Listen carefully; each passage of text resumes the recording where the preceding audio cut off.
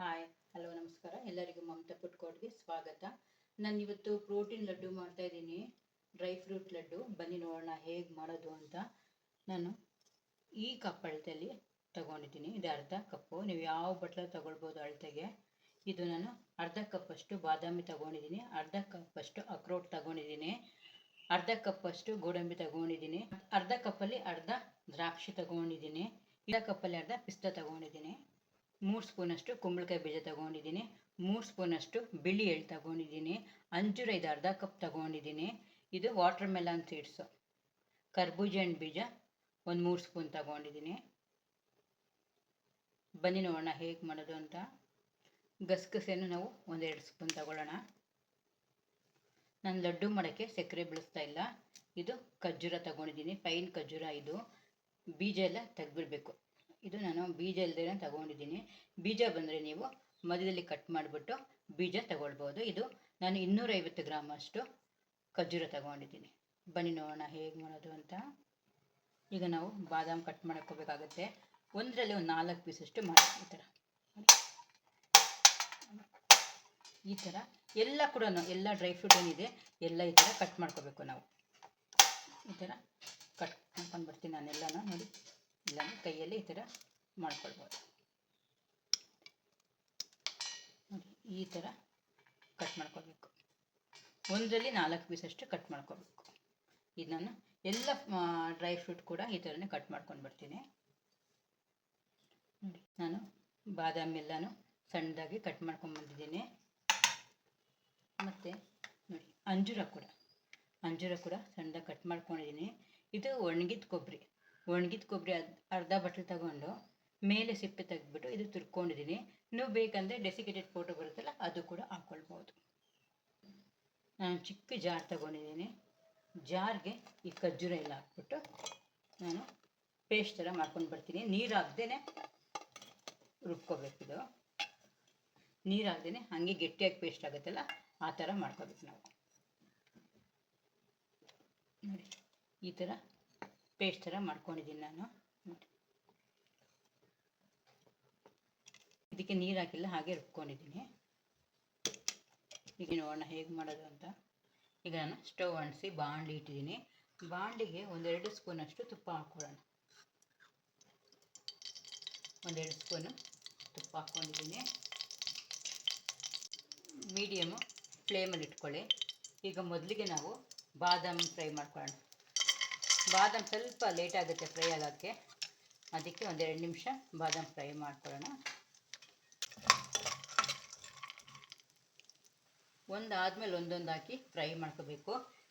2 ನಿಮಿಷ ಆಗಿದೆ ಇದು ಫ್ರೈ ಮಾಡ್ಕೊಳ್ತಾ ಬಾದಾಮಿ. ಈಗ ಗೋಡಂಬಿ ಹಾಕ್ಕೊಳ್ಳೋಣ. ಇದ್ರ ಜೊತೆಗೆ 2 ನಿಮಿಷ ಫ್ರೈ ಆಗಲಿ.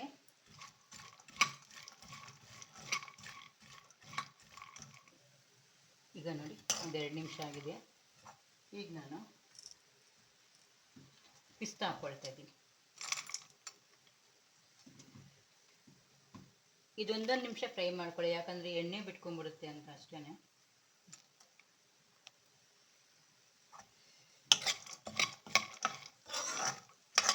ಸ್ವಲ್ಪ ಕ್ರಂಚಿಯಾಗಿರಲಿ ಅಂತ ಫ್ರೈ ಮಾಡ್ಕೊಳ್ತಿದ್ದೀನಿ.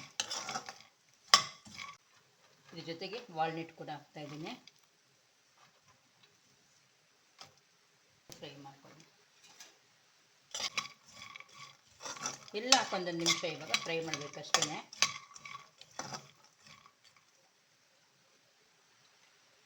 ಈಗ ಇದಕ್ಕೆ ಅಂಜೂರ ಹಾಕ್ತಾ ಇದ್ದೀನಿ,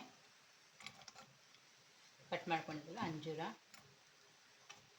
ಇದ್ರ ಜೊತೆಗೆ ಎಳ್ಳು ಕೂಡ ಹಾಕ್ತಾ ಇದ್ದೀನಿ, ಮತ್ತು ಎಲ್ಲ ಬೀಜಗಳು ಹಾಕ್ತಾ ಇದ್ದೀನಿ.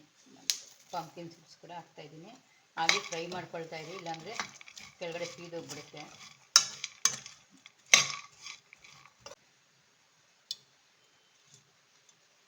ಇದು ವಾಟರ್ ಮೆಲನ್ ಸೀಡ್ಸು,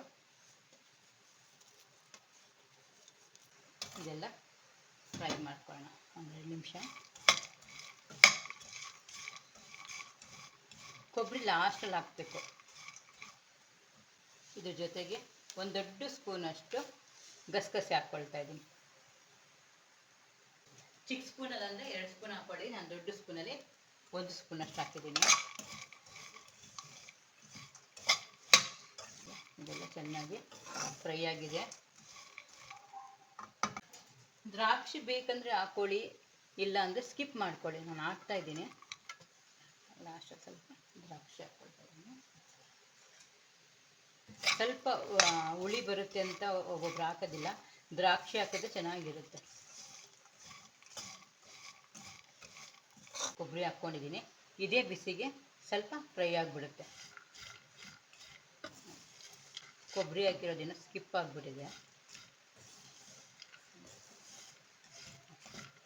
ನಾನು ಸ್ಟವ್ ಆಫ್ ಮಾಡಿಬಿಟ್ಟು ಕೊಬ್ಬರಿ ಹಾಕ್ಕೊಂಡಿದ್ದೀನಿ. ಈಗ ನಾನು ಇದೊಂದು ಪ್ಲೇಟ್ ತೊಗೊಂಡ್ಬಿಡ್ತೀನಿ.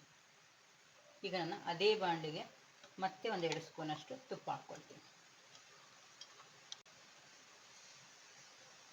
ಈ ಖರ್ಜೂರ ಏನು ರುಬ್ಕೊಂಡಿದ್ವಲ್ಲ ಅದು ಹಾಕ್ಬಿಡ್ತೀನಿ. ಪೇಸ್ಟ್ ಥರ ಆಗಿದೆ. ಈಗ ಸ್ವಲ್ಪ ಪ್ರೆಸ್ ಮಾಡಿ ನಾವು ಅದು ಫ್ರೈ ಮಾಡ್ಕೊಳ್ಳಿ.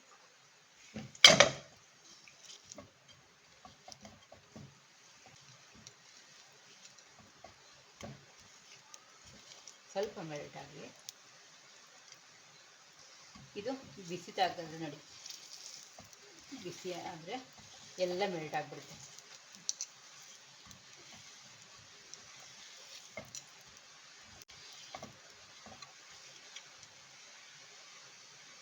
ಈಗ ನಾನು ಸ್ಟವ್ ಆಫ್ ಮಾಡಿಬಿಟ್ಟು ಈ ಡ್ರೈ ಫ್ರೂಟ್ ಎಲ್ಲ ಹಾಕೊಂಡ್ಬಿಡ್ತಾ ಇದ್ದೀನಿ.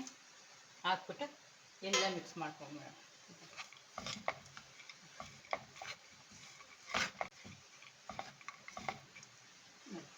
ಎಲ್ಲ ನಾನು ಮಿಕ್ಸ್ ಮಾಡ್ಕೊಂಡಿದ್ದೀನಿ.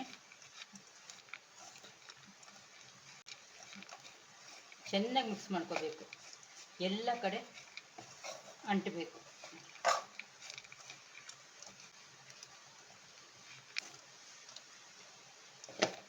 ಈಗ ನಾವು ಕೈಗೆ ಸ್ವಲ್ಪ ತುಪ್ಪ ಹಾಕ್ಕೊಳ್ಳೋಣ. ಒಂಚೂರು ತುಪ್ಪ ಕೈಗೆ ಹಾಕ್ಕೊಳ್ತಾ ಇದ್ದೀನಿ. ಹಾಕ್ಕೊಂಡು ಸ್ವಲ್ಪ ತಗೊಂಡು ನಿಮ್ಗೆ ಯಾವ ಸೈಜ್ ಉಂಡೆ ಬೇಕೋ ಆ ಸೈಜ್ ಉಂಡೆ ಕಟ್ಕೊಳ್ಬೋದು. ನೋಡಿ, ನಿಮ್ಗೆ ಯಾವ ಸೈಜ್ ಉಂಡೆ ಬೇಕೋ ಆ ಸೈಜ್ ಕಟ್ಕೊಳ್ಳಿ.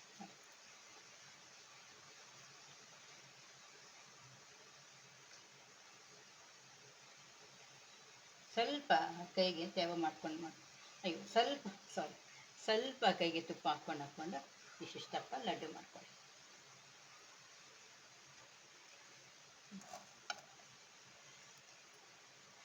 ಚಿಕ್ಕದಾದರೂ ಮಾಡ್ಕೊಳ್ಬೋದು. ನಾವು ಬಿಸಿ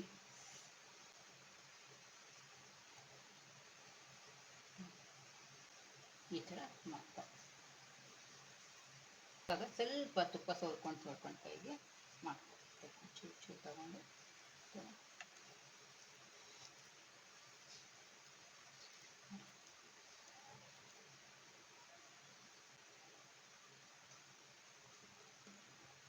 ನಾನು ಹಾಗೆ ಎಲ್ಲ ಕಟ್ಕೊಂಡು ಬಿಡ್ತೀನಿ.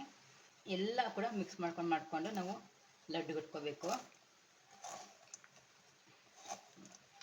ಈ ಥರ ಮಾಡ್ಕೊಂಡು ಒಂದು ಸೈಡಿಂದ ಕಟ್ಕೋತಾ ಬರಬೇಕು. ಬಿಸಿ ನೋಡ್ಕೊಂಡು ಮಾಡ್ಕೊಳ್ಳಿ.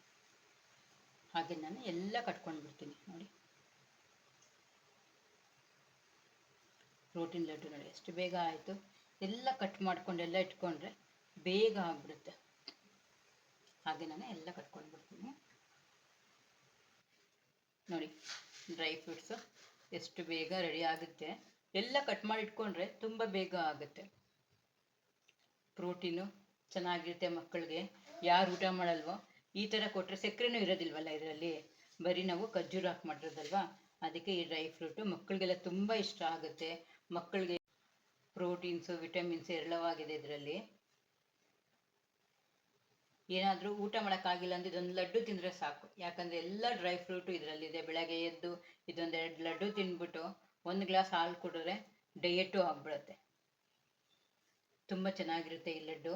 ಒಂದ್ಸತಿ ನೀವು ಒಮ್ಮೆ ಟ್ರೈ ಮಾಡಿಬಿಟ್ಟು ನೋಡಿ.